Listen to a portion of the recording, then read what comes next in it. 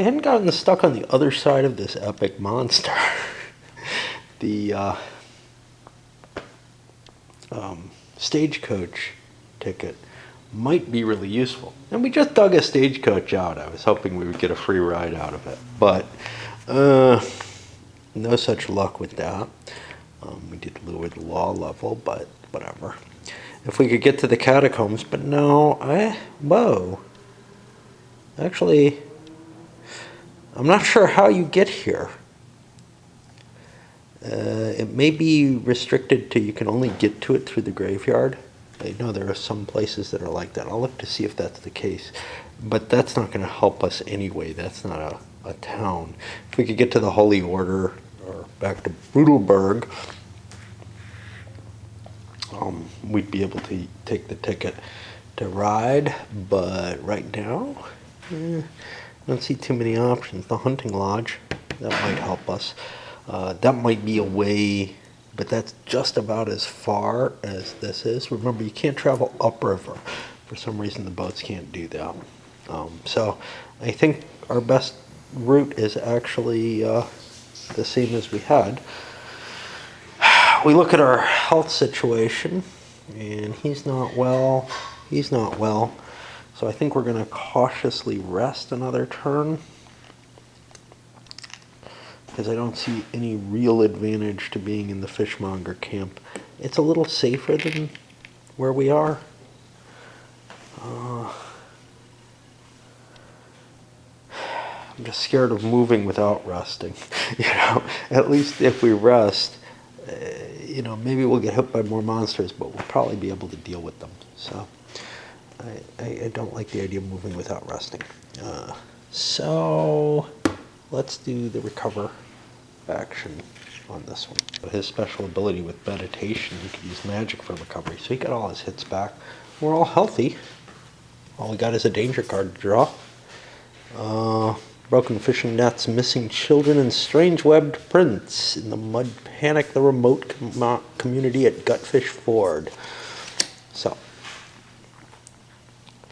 Gutfish Ford is a 2, and we need to replace it.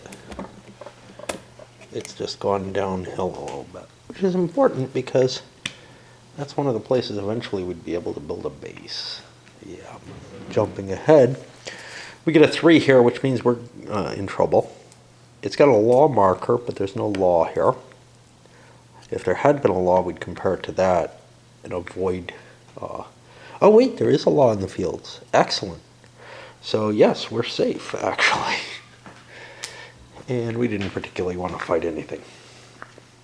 Next turn, we're going to move cautiously again, I guess. Although trying to fix the fishmonger's camp might be of some value. I don't know. I mean, we're all healed up. Why don't we fight things? It's a good question. And then we have this evil filching familiar, which would maybe get him something that could be useful. Who's carrying the sword? Yes. He's got his 2 heavy items, God. We may want to sell some of this crap. The sword is one thing that we may want to get rid of. He has the strength to use it 2-handed, though, and it's a better weapon than this, so that's a good question. All right.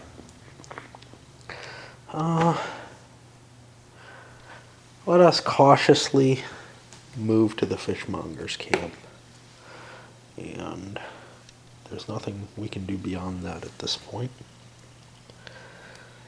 Ghost Gate. See, I don't know how we get here, though, as an example, because that's a different port, a different place. Well, I don't know why we'd want to be there particularly. Tomb Lake has a higher risk level. Let's just go to the fishmonger's camp. I don't see a reason to be inside. And we get something that I can't read. They say by moonlight you can see spectral witches dancing and cackling in the ghostly flames high atop Witch Hill. Okay, which means Witch Hill over here, which is a 5, goes up to a 6 as the world just keeps getting worse. This has a 5 noose. We don't have a law here, so we don't meet anything here. Now we have to boldly rest. I love that idea. And that will allow us a number of things, including exploration, which means someone gets to play the explored counter in the space. He makes to make an explored if he's outside.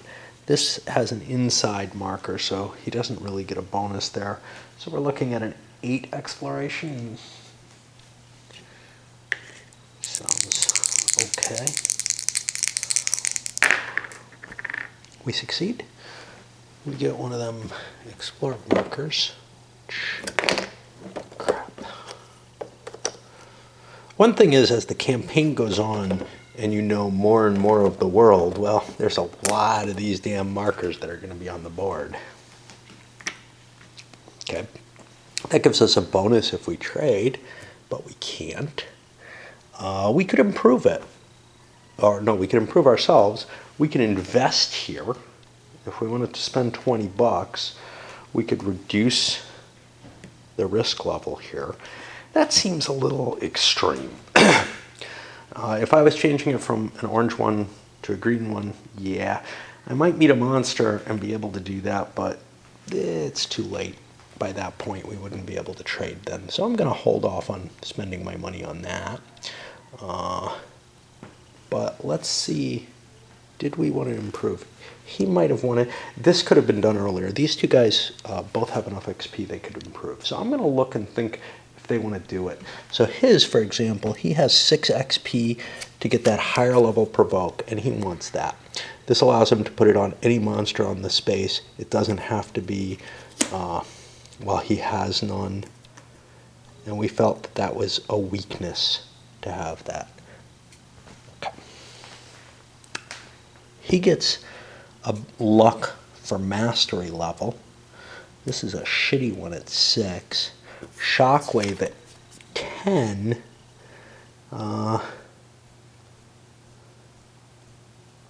Wow, that's destructive. I'd have to get doubles for the real bonus on that. I'd like to get that. This, I just don't think that this is terribly useful. I don't want to spend money.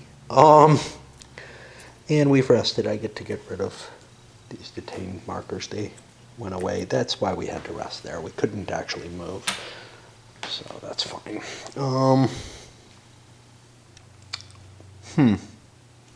Well, let's see if there's an 8-pointer that I want. If Magic Missile's 8, which I think it is, it might be worth picking up. It's right on the top here. You know, it's no better than in my gun. It's master level.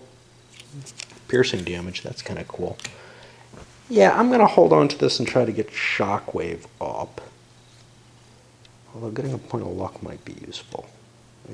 I don't feel like mastery of meditation is terribly worthwhile.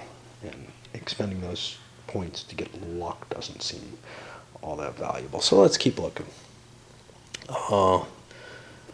That's all we can do, except I'm in a location. I get to roll a single die to see what my familiar steals me. He steals me a bit of trouble. I get something from the loot deck, and the danger level goes up. That probably wasn't worth it, but... Stop thief. Okay. I found War Paint. Discard this to become blessed and exalted. And you do this during a rest status. Boldly in a town, otherwise it can be done secretly. Well, let's see what blessed and exalted do.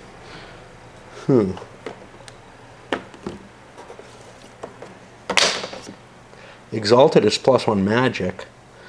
Blessed is +1 morale. He definitely wants to be the guy carrying this shit. And, you know, we may want to do this next time. And I would allow him to do it now, even though he stole it, because we are resting and doing this, or no, we don't even have to be resting. We're in a town and we're bold. So I could do this. We're probably not going to rest again. Yeah, why don't I bold? Why don't I discard this and war paint up? Blessed and exalted. And there's a stoner dude who becomes those things. And that goes in my recovery. That means next time I rest, it's gone. But that's a couple bucks. Improves my magic, improves my morale. That can only be good. Morale's not too important for him because of the meditation. Next turn we go boldly again, and we are going to do Lakeport and travel to a different Lakeport.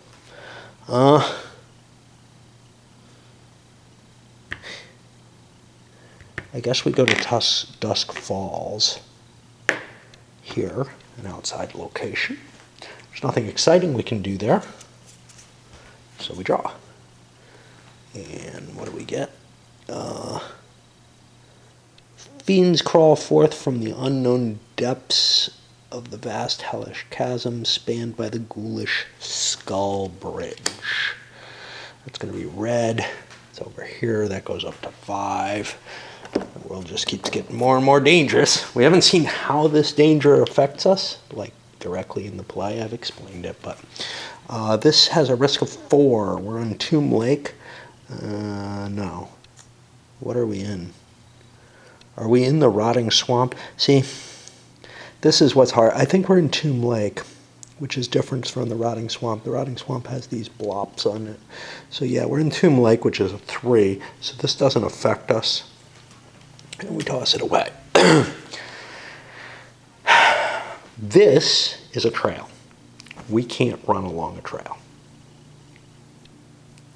So we will cautiously move down the trail. Nothing exciting happens other than another danger card. Okay. Filthy vermin and worse infest the back streets and sewers of the cult-ridden, decaying fortress city of Brutalberg. This is a one-event law. Well, we're going to face a problem, and we're not in a law space, so that it doesn't come into play as a law. However, Brutalberg, goes down to a 4. We're not too worried about Brutalberg getting,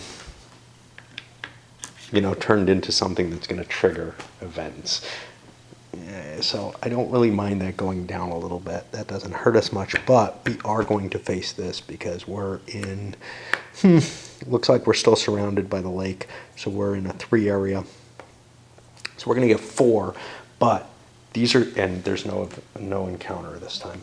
These are a different kind of critter. These are wetlands monsters. And you'll notice, the monsters we had a certain flavor to them. These will have a different flavor. These are, up here they're spicy. Here it's a subtle taste, but somewhat like chicken. No, fishoid, somewhat like fish. Fishoid thug. This is going to be a horde of fishoids, which means if there's other fishoids, his attack goes up. He's going to go after the biggest morale. That's over here. We have a mold mummy, biggest morale, and he's going to fire things off with a curse. He also gives an infection. We don't know what that does. When you receive wounds from it, you become infected. Yeah, thanks. Infected is probably the opposite of one of these. Nope. No such luck. This guy fell off. Maybe it's like slimed and poisoned. There it is, infected. You can't recover from wounds, so you have to do a recovery before you can recover. Not that big a deal, but it can be painful. Okay.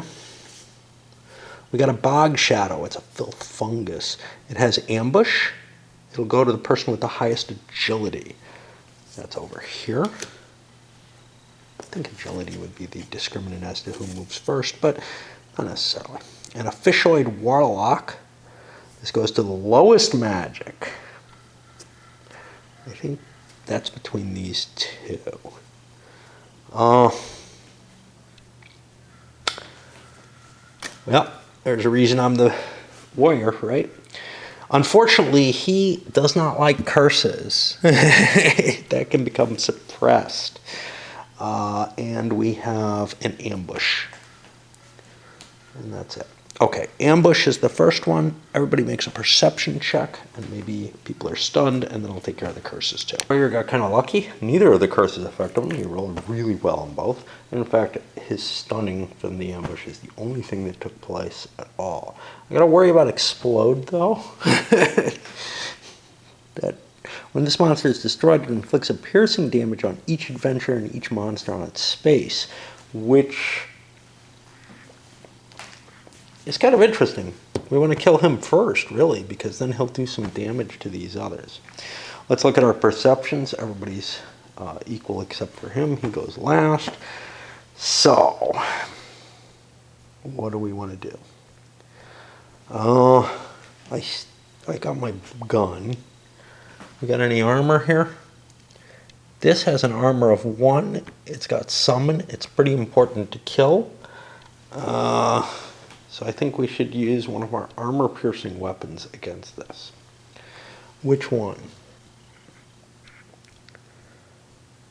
This ignores 2 points of armor. We don't have a 2-point armor, so it doesn't really make a difference. He's got the Deadeye shot. He can swap his power die in, so he's going to do the first attack. He'll assault 1 power die, and we'll go after the Warlock. I get a hit. I do not do a lot of damage, though. That's 2 points.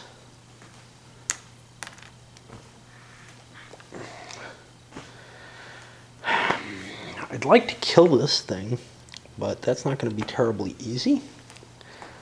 And the summons is more important to kill, so we're going to go after him. Doesn't actually matter whether we're guard or assault with him. Or with him. Oh no, his matters. He's got that. So yeah, let's do an attack at, I do hope I have the agility, perception, which is 8. Wow, we suck. That's 2 more hits. Both of these have the capacity to blow through armor, right? Yeah. Let me put my little shot bag on that. That needs to be reloaded. Well, now we're to him. He would like to kill things off, but he has to deal with this damn thing. So, I am with all dice. The blunderbuss has a fair chance of killing that, actually. So I'm going to use my shot on that. And anything else going on here? Not that I can think of. I'm going to guard, because the blunderbuss, it doesn't matter if I do that. Okay, I get lucky. I get a 6 on one of my attack dice. I don't have to actually hit, so boom, I kill it. Let's check my defense dice. I succeed in defending. I only take 1 wound from it. However, it has venom, which means I'm poisoned. And that's permanent. Well, as permanent as things go. And now it explodes, and everybody takes a wound. We'll get to the monsters in a moment. Oh, yeah, it's piercing damage. He killed the bog shadow. The monsters. I'll take a wound. Now that's not enough to kill the fishoid, and honestly, we want to kill it. We want to destroy a pack of monsters. We don't necessarily want that pack to get bigger, even though that gives us more bonuses for, you know, in terms of loot and stuff. In terms of reducing the value of the area, we just need to defeat a pack of monsters. With that in mind, this is the dangerous thing right now with a 5, right? Horde, fishoid. This is a fishoid. What is infect going to do to me? It's not like I can do anything about it. When you receive wounds from it, you become infected. Yeah, you can't heal. That's what it is. Okay. I don't know if I want to guard. I think so. Seems like a good idea. Although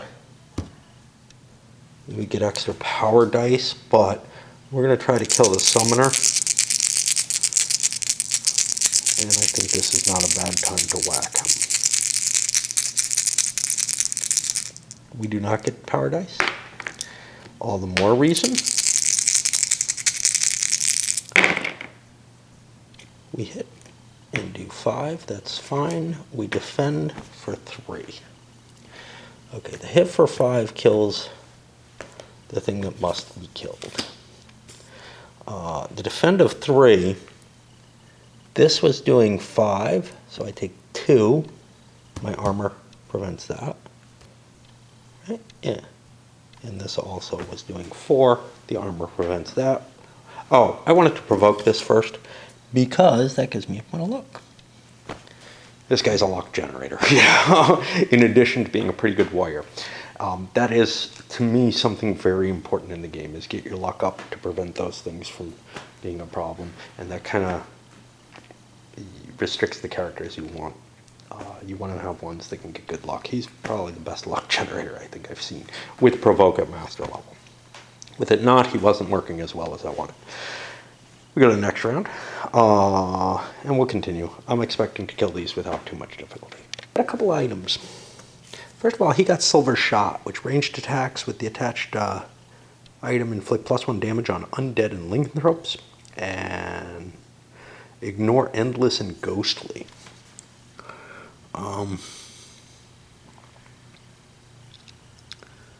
Ghostly doesn't affect this, and I believe nope. So I want to give this to him, and he can load his blunderbuss with Silver Shot if we're facing the appropriate type of monster. In exchange, he's going to give up the caltrops, but is he going to give it to him? Preferably, I would rather give this to somebody fast. It inflicts a piercing damage on each monster in your space without evade, ghostly, or range. I would rather give this... I'll tell you what, I'll give him the head. No, because he's less likely to run away. I'll give this... he wants the head out of everyone. I'll give this to him. You know what? I forgot to roll 2 dice for him, but he found something anyway. So it's okay. And very, very important, we forgot about this. Or I forgot about it. Yeah, well, I'm kind of plural here, right? And that I'll get a 2 on it. And we did something good again. And it always feels good when you win a fight, you know? And now we're ready, and we probably want to sneak into here. But I probably want to take a little rest because my back starts hurting when I'm playing. But we're going to continue our cautious movement to bring the head where it wants to go. And that'll be into here. We're going to draw a danger card. I got to probably swap batteries because this thing's going down.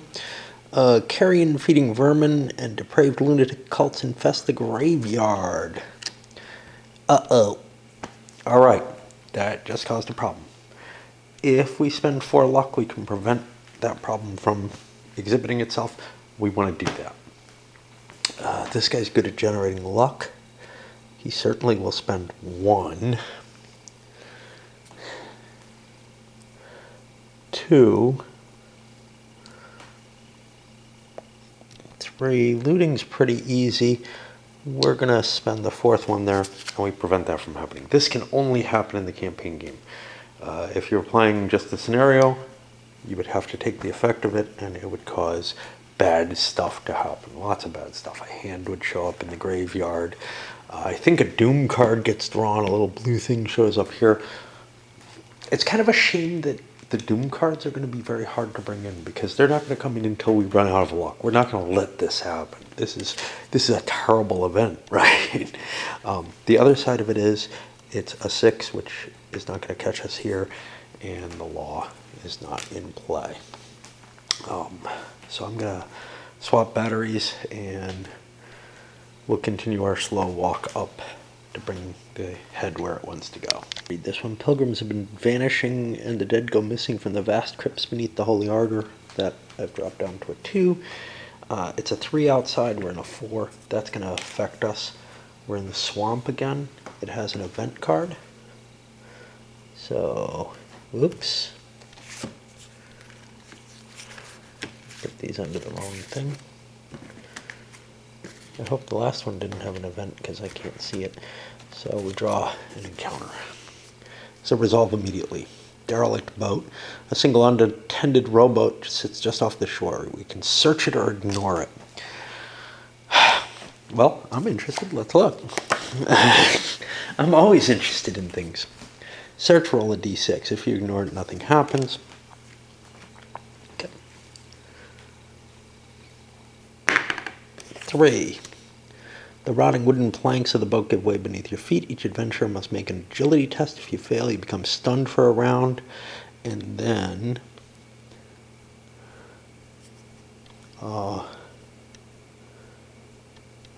you have to fight the boat. And then we'll go to our monster check, which is going to be 5 monsters here. So we each have to make an agility check, though. He's got a penalty in agility. Hey, he's fine. He's not fine. So he'll become stunned.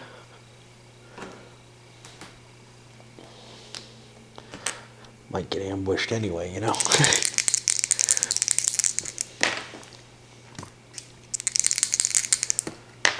Okay, and that's it. And then I'll draw some monsters and give you a report on that. This can essentially go away. It's of no importance at this point. Well, we got our bunch of monsters.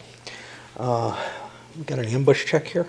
That is going to be, is that agility? Perception tests. It's 1 color of dice. Okay, he 2. Stunned, right? Yep. Same. I don't have to roll for him. He's already got problems. Hey, I called it, man. There's an ambush anyway. Yep. Well, we'll take those. That's just a no power dice. It sucks, but it's not worth spending luck on because luck has to be used to avoid sending things over the line. Okay, let's look at what we got here. A lesser scrog, horde of fishoids. I bet you there's more fishoids. Just 1. As soon as this dies, this becomes a little weaker in attack, which is cool. This is also very easy to kill. Not too impressive. The carnivorous hut, on the other hand, is not very good. This has armor 2, big amount of hits, but it's worth a lot. This has pursue, which means I can't run away from it, and slime, which means if it hits me, it slimes me, which, as I remember, was kind of unpleasant. Sounds it. Oozing skull, endless slime. Well, endless means there has to be a witch around for this to be a problem. None of these count as witches, so that doesn't matter. And then I have a naga. It's filth. Oh, I'm sorry. It's got venom. Yeah, it is filth, but that goes to the highest perception, which is one of these 2. Who wants to take it? Well, the mage likes to take lots of things.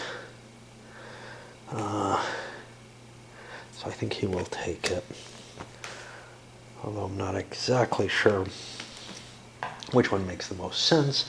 And then I want to start over here and start shooting things and finishing them off as quickly as I can. Result the first round of combat, and I can get rid of these stupid stuns, which hurt me a lot actually, but I should get the no ambush ability.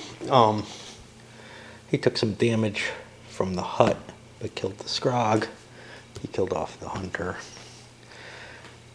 The wizard did a lot of damage to both of these. I'm actually probably want to go first and wipe both of them out, and then let the others. Well, see, the others I'll let the others go first, see what they can do to the hut. He did not fire his arquebus, which means he can do that now, which is cool. I trumped in with, hey, I want to take care of my critters, no sniping me, because I need the experience. I got good things to do, right? He rolled a 10, which is usually pretty shitty, but he is exalted, so that works. And he actually does 4 points of damage to each of these, wiping them both out, getting him a good pocket of experience there. Now, there's always the question, does he even want to make his attack against this? I think he's going to load his blunderbuss in case things fail. And he gets first shot if it fails. It's kind of a hard call here, because he basically has no chance of killing it. And he could do a point of damage if he's lucky, but the blunderbuss is pretty likely to take it out if he can actually fire it. A little bit of wrangling when he didn't kill the hut. The sorcerer manages to convince everyone, let me do it. I really want the experience, man. I can do so much with experience. He's kind of like, yeah, I would kind of like experience too, you know? But, you know, and especially since he has the looter ability and he can gain things, but he can take shockwave and upgrade it, which will give a point of luck as well. So he was just able to argue that out. He does not pay. He got the blue lip shivers, which drops his con down to where he is knocked out after the fight, and he loses a point of morale as well. I marked these with a number. You don't normally do that. It's because I'm used to looking here for things. He's going to recover from all of those, including his exalted and blessed status, because he absolutely has to rest. Whether or not everybody wants to let him rest is a good question. Another question is whether or not they can just like loot the body. This was something that kind of came up in the first game that I played of, hey, you know, what if you're like sick and out of it essentially? Can't we just take your crap? I don't know, maybe not the ally, but certainly your stuff, certainly not your skills. I think the answer to that should be yes. It's not really covered in the rule. It's meant to be a co-op game. It's supposed to be a little bit more friendly than that, but these characters do not seem friendly. And that's a question. Do we want to stay behind, or do we want to go resolve the head? And maybe we want to leave someone behind to guard him. I think instead, the fact of the matter is, everyone can recover from some wounds. Everybody's taken a little bit. So we're going to stick around and, Rotting Swamp's down to a 3. We had a successful battle there. Hard to remember. It's easier to remember when you get defeated, because that's pretty rare. I know I say it's a hard game, but it is rare that you get defeated. It's like you're constantly being worn down. But I think we do want to recover, so we'll take a rest action, and we'll see if any of the bad effects from that take place. So, for example, this guy's got to try to recover, and he's got some issues. And in addition to healing, and he became demoralized, unfortunately. It's not that terrible. He upgraded Shockwave. That was his big desire. This means if he rolls doubles, which isn't going to be that often, he does buku damage on things that are attacking. It also gave him a luck, which was kind of his argument about getting that monster. He also he picked up Martial Discipline, which allows him to be immune to Annoy and Taunt. The Rage upgrade doesn't even help him. When he attacks Strength while he has wounds equal to or greater than his morale, he rolls an extra die. Well, his morale is so high, that's seldom going to happen. If it does, it would be great. But, you know, an extra power die. And I think you're not limited to 2 power dice. I think you can get a third one if that's the case, because I get a bonus one from this. But Annoy and Taunt are really annoying. Annoy means if you're targeted by a monster, you have to use Guard Stance. Well, I don't like Guard Stance necessarily. And Taunt forces you to attack that monster if he's assigned to you, which is also problematic. I was very tempted, though, to take Goblin Slayer because he fucking hates goblins. He's going to want that eventually. He's going to be probably getting involved with goblins and not in a good way. And that means we draw our danger card for the turn, which is obscene mockeries of the nature of reality gather within the horrific skull edifice called the Temple of Madness. Bangs up to a 6. Rest does not get rid of this shit. You have to be at the Brutalberg Holy Order or the Stone Circle, and you have to pay 10 gold. Now that 10 gold might be a problem because he might become demoralized by spending it. But there's the Temple of Madness. The result is a 3. We were going bold. Oh, wait. It is a non-metaphysical space. So we are unable to avoid this, though, because we were going bold. Which means we have 4 more monsters and an encounter. The encounter, it's a lucky find. We'd probably want to stay and fight, and I'll pull the 4 monsters and see what we get. Monsters have been assigned. He took the crab soldier here, who has pain, and the swamp troll, who has regenerate. Kind of the bigger things, the armor particularly. Our wizard took a couple as well. He took the shambler, big critter. And he took this thing, which has ambush and regenerate only in the lake ports, so it doesn't have those abilities here, but a little bit of armor, and it's a big critter. Again, I'm hoping maybe I can blow him up, but mainly that the guys with shot will be able to do some serious damage, and I'll be able to kill things. Now, I've been playing wrong. No question that's going to happen, I'm sure, but I caught something, which is when there's 2 ambush, and there isn't here, but I rolled as if there was for 1 character, and then said, well, let me just look that up. If there's 2 ambush creatures, you still just make 1 test for the ambush. So, you can only get stunned once, but you still only get, you only have to check once. If your perception is good enough for anything, you're aware. Now we'll go on to the attacks, and again, I'm going to start with, oh shit, I forgot him. He gave an experience and a money, and I did not roll either. Remember, he gets a 2nd die. It's only a 1, but he didn't get anything, so that's okay.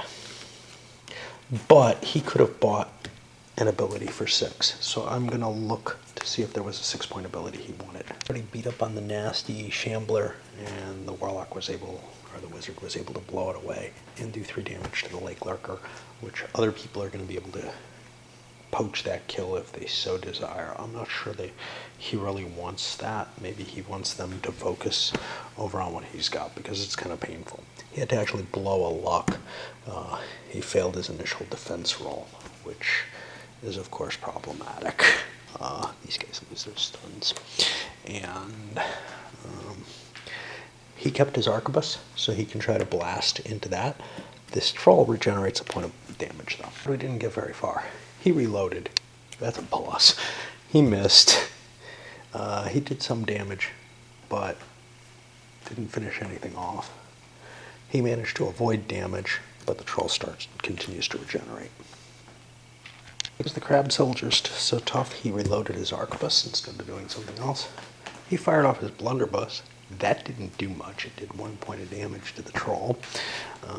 He got his explosion, and it was very effective. He's beginning to think, I want Provoke to start grabbing critters over to me, because if I can blow them up, it's, really potent. But only on doubles, but he's got more points coming. And this guy failed his defense roll. Spent her luck, failed again, and ends up somewhat damaged and stunned from the pain. You can see the troll is in bad shape. It's probably going to be dead very soon. Next to be the tank, because you don't get the kills. Other people snipe them off from you.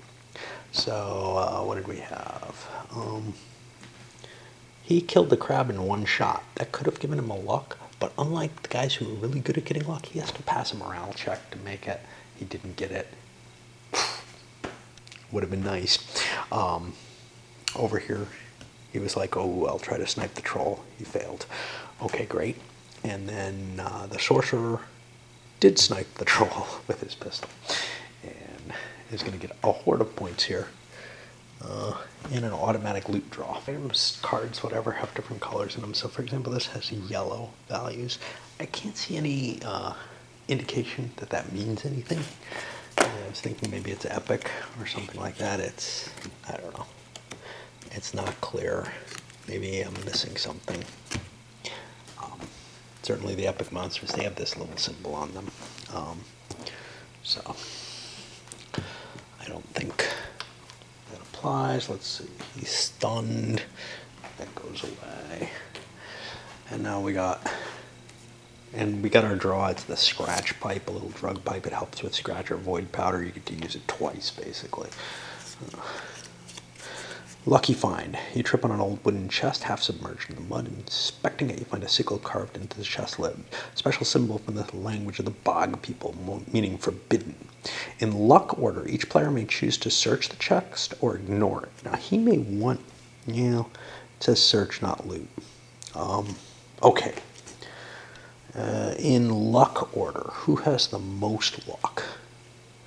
These two do. He wants to search. Like, okay, go ahead. Search, take an epic loot card. Then if you have 0 luck, take a curse from the weakness deck. If you have at least 1 luck, lose a d6. Okay. Okay, so we get 1 shot at this. He has luck, so he's going to lose a d6 luck, which is going to be his 1 luck. But he's going to take his epic loot card, which is a ghost flute.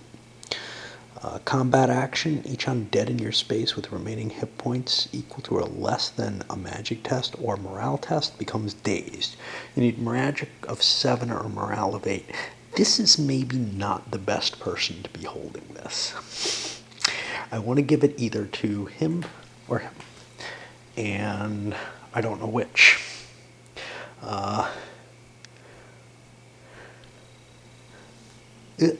Is it a heavy item? No, I think this means epic. Let's see. Do we have another epic loot? I don't think we do. Yeah, we do. The Soothsayer's head is epic, isn't it? No, it's just loot. This may mean it has to do with the story? I don't know. Gotta look that up. Where will we find it? That's a good question. We don't know. It may be here. Attributes. Danger. Miscellaneous. That's heavy. Unique. Do not use more than 1 copy of this card in the deck. Okay. And that's probably not an issue. But if you have like multiple copies of the game, you might try to make the rarer things rarer. I don't know. It's the only reason I can think of to have it. Anyway, it's a 2-handed weapon. Huh. I don't know. He may give it to someone, he may not. And that is all we have there. Lucky find goes away. This goes away. We completed our rest action. We defeated the monsters, which means this goes down to 2. And that's it. As with him holding it, he's got one of the high perceptions. 3 people have it. He could be the first guy who goes and fling it to anybody who could use it best. So it's fine in his hands. It's not so good in his hands, not because his perception's lower, but because he often wants to have lots of monsters on him, often attracts lots of monsters as kind of the other unique character, right? Which means that him going first is not always a good plan. So, we're ready. We're ready to push on. And we'll move to here. Let's move cautiously. I don't think we're in any particular desire to move. Oh, we were bold. We got a chance to explore that, didn't we? Or did we not? I don't think we rested there. Did we? Yeah, I think we did. No, I think we rested. I don't remember where we rested, so. Okay, we'll move there cautiously. And that means basically nothing. We draw a card. Troops of gibbering weirds join the bandits whose outposts riddle the wind-blasted peaks of Slaver's Pass. Okay, well, Slaver's Pass is up here, so that's going up to a 5. Yep. It just continuously gets uglier and uglier and uglier. We have a 4 noose here. This space doesn't have anything special for it, so it's just the rotting swamp. We couldn't find anything even if we were boldly going and wanted to try to reduce it. Okay, so that's that turn. Next turn, we have the mission. The mission rolls.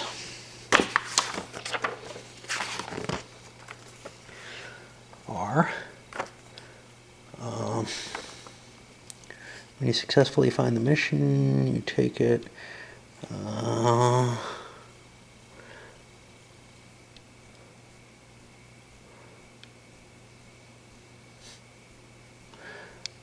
Okay, I can't find this. I'm having trouble reading, so I'll be back in a moment because the glare is bugging me. Base rules are you have to rest together as a party in one of these locations. What I didn't know was whether or not it mattered if you do boldly or not, but I want to do it boldly anyway because I want to do other things, right? Okay, so, and everything is fucked up here. Not on the side I want it on. Okay. I don't know. All right. So boldly resting means I have to make my recoverables, and then I can explore the space. That gets me bonus trade if I get that. I could conceivably improve. Some people are ready to go up still.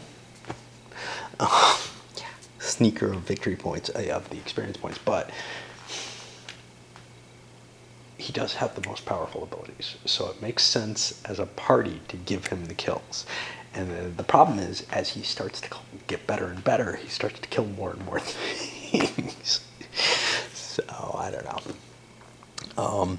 And then we might spend 20 bucks. Now, he's probably going to spend 10 bucks to get rid of this, which might make him depressed. I don't think it does. Nope. He's got enough that it won't as long as he doesn't spend more than that. But getting rid of this is going to cause him a D3 piercing damage and poison him, which, of course, makes it so he needs to rest again. But he really does not want that con reduction out of everything. He has the meditation, so the morale reduction, not so important, except that he attracts more monsters, which may not be a bad thing. And then we can trade, and after we do all that, then we'll resolve the mission goal. I'm not sure. I think we could resolve the mission first. Let's do that. Okay, so the reward. We gain 1 luck each. We remove all counters that were placed during setup and reduce the bounty level. So the bounty level goes down to 1. The counters that were placed during setup are these guys.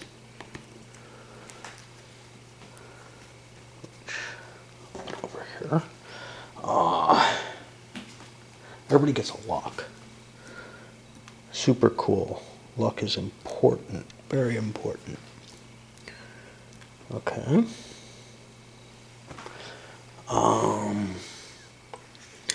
You can use the Soothsayer's Head. If you can use the Soothsayer's Head, you can deliver them to a hometown. If you do, you discard the Soothsayer's Head and everybody gets a D3 XP because the Soothsayer blesses. Oh, okay. So if we had given it to the cousin, we would get money. If we give it to the village elders, we get to keep it, I guess. And we get another mission off of it, probably to bring it over here. So maybe this was not the optimal, but it feels like. The clues go away. They were a part of the initial setup. And we each get a D3 experience, which I'll roll out. And anything else here? The next mission comes out of this.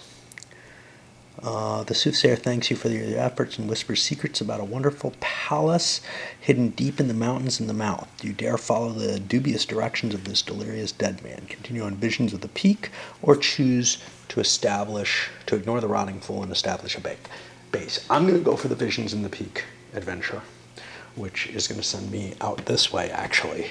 I know that much. Because we started this, but we never completed it. And then we'll see where we go from there.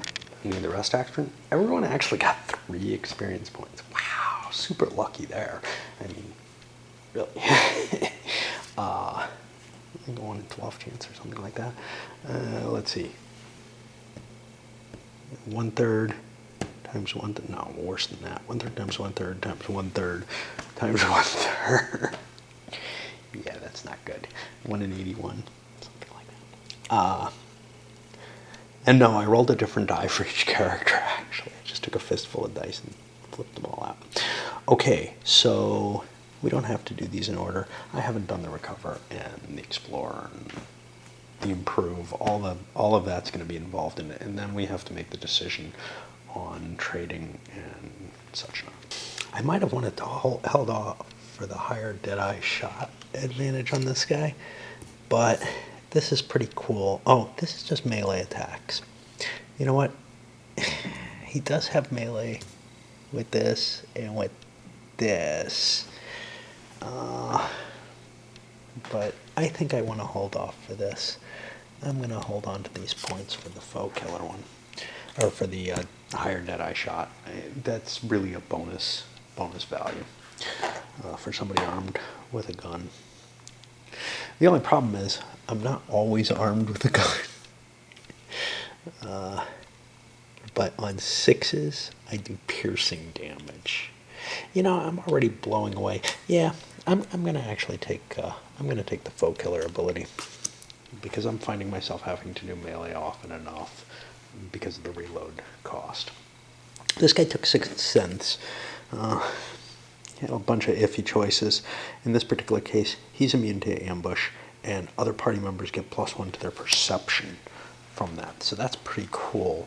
We've been having a lot of problems with being ambushed. Now maybe when we leave the swamp, that's not going to be an issue. And I was looking at, like, you know, getting the river rat or something like that because we can move more cheaply across the river. But we got plenty of money. We'll see what we buy. Maybe we'll be trading stuff pretty heavily. And he took this illusory double, an expensive one, but a quick action. That's part of the important point. You roll a die at the beginning of the fight, and if you roll a 5 or higher, the monster attacks your duplicate and inflicts no damage on you. I think it only works for 1 round, but, you know, by the time it's the 2nd round, my shockwave's going to be kicking in pretty hard.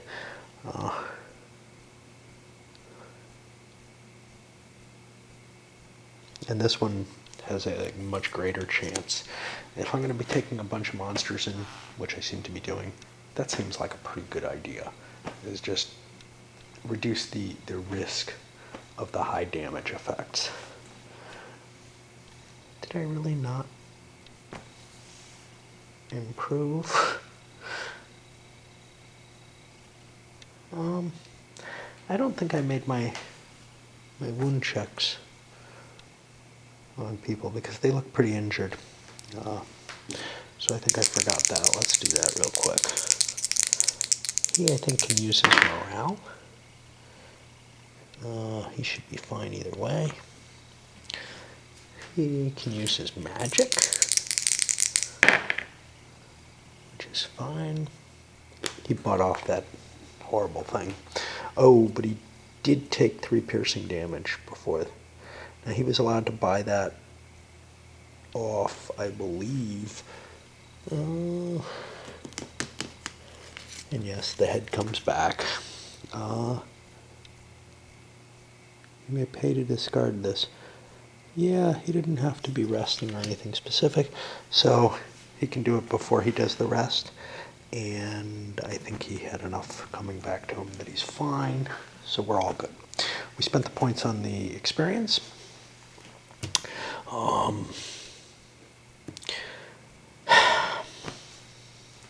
Investment's real iffy.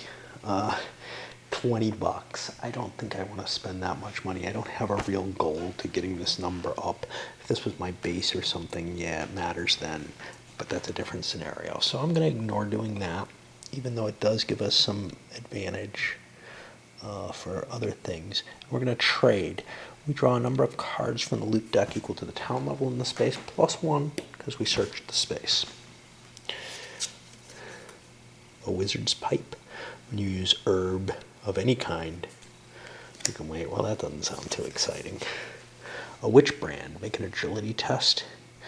If you pass, target heretic or witch you inflicted wounds on becomes hexed, but you need to be a Puritan, and I don't think we have one. And then third is the elixir of life. Discard this card to recover all your wounds. That's only $6. That could be useful if somebody has a weak morale, but $6 is a lot of money. I don't think we want to spend that. Meanwhile, let's see what we can steal. 3. No effect whatsoever. Too bad. He actually probably could have done that 2 turns in a row. I'm not going to worry about that. What does that mean? That means we're actually done with this adventure. Next video, I'll start on the next video. I'll start on the next adventure. Yeah, obviously start on the next video, which is Visions at the Peak. That sounds pretty exciting. And the board is set up correctly, minus anything specific for that adventure. The characters are all set. All the cards stay as they are. When these things start getting triggered, that can reshuffle these decks. Otherwise, they just reshuffle when they run out. And I think that's all we got. We do have a nasty here, and we have a void gate. I don't know what that's going to do. It could cause additional problems down the line. If another void gate comes there, it can cause issues over there or whatever. Actually, I don't even think it does. I think it boosts this, and it does not affect that. That's my memory, but I'd have to look it up, of course. So that was fun. We'll keep going.